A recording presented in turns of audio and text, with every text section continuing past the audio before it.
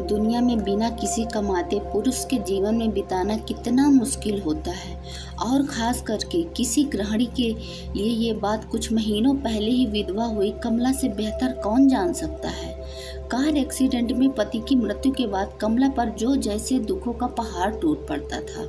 कमला की 2 बेटियां थीं जिनको पालना पोषना और उनकी पढ़ाई की जिम्मेदारी अब पूरी तरह से उस पर आ चुकी थी।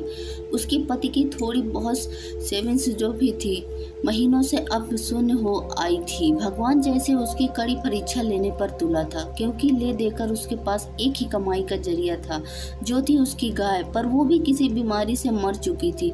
कमला को दिन रात बस यही चिंता सताने की अब आगे गुजारा कैसे होगा, कैसे भी अपने बच्चियों को खाना खिलाऊंगी और कैसे उनको कपड़े लेने दिलाऊंगी, स्कूल भेज पाऊंगी। दिन रात की चिंता। कमला का चेहरा मुरझाया था। साफ साफ देखा जा रहा था कमला के कई सारे पड़ोसी थे, मगर वह सिर्फ नाम के किसी काम के अपना धर्म नहीं निभाया था।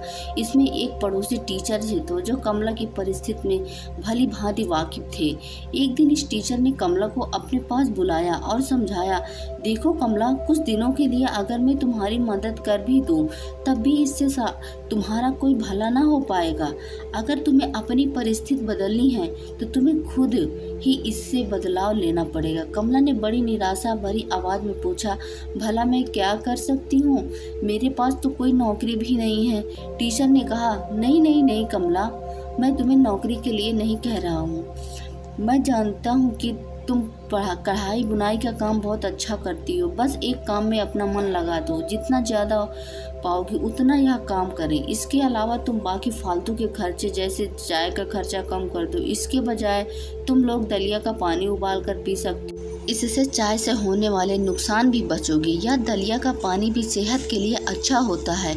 ये तुम्हें और कई बीमारियों से बचाएगा और इस तरह से तुम थोड़ा थोड़ा पैसा बचाकर अपने लिए फिर से गाय खरीद सकती हो और अपनी रुकी हुई जीवन की गाड़ी को आगे बढ़ा सकती हो। कमला को इस भले शिक्षक की बात से कुछ दम लगा। वैसे उसे किया कि इस टी-शर्ट से उसने करने के लिए कहा था और देखते ही देखते 1 साल बीत गया। साल के अंत में कमला के पास इतने पैसे बच गए थे कि वह एक गाय खरीद ली। दोस्तों, इस जिंदगी में सुख दुख उतार चढ़ाव आना बहुत ही सहज बात है। सुख आने पर हमें होश में रहना चाहिए और दुख आने पर हमें अपने आप को संभालते हुए उससे निकलने का रास्ता ढूंढना चाहिए। बस इसी तरह जीवन आगे बढ़ता है।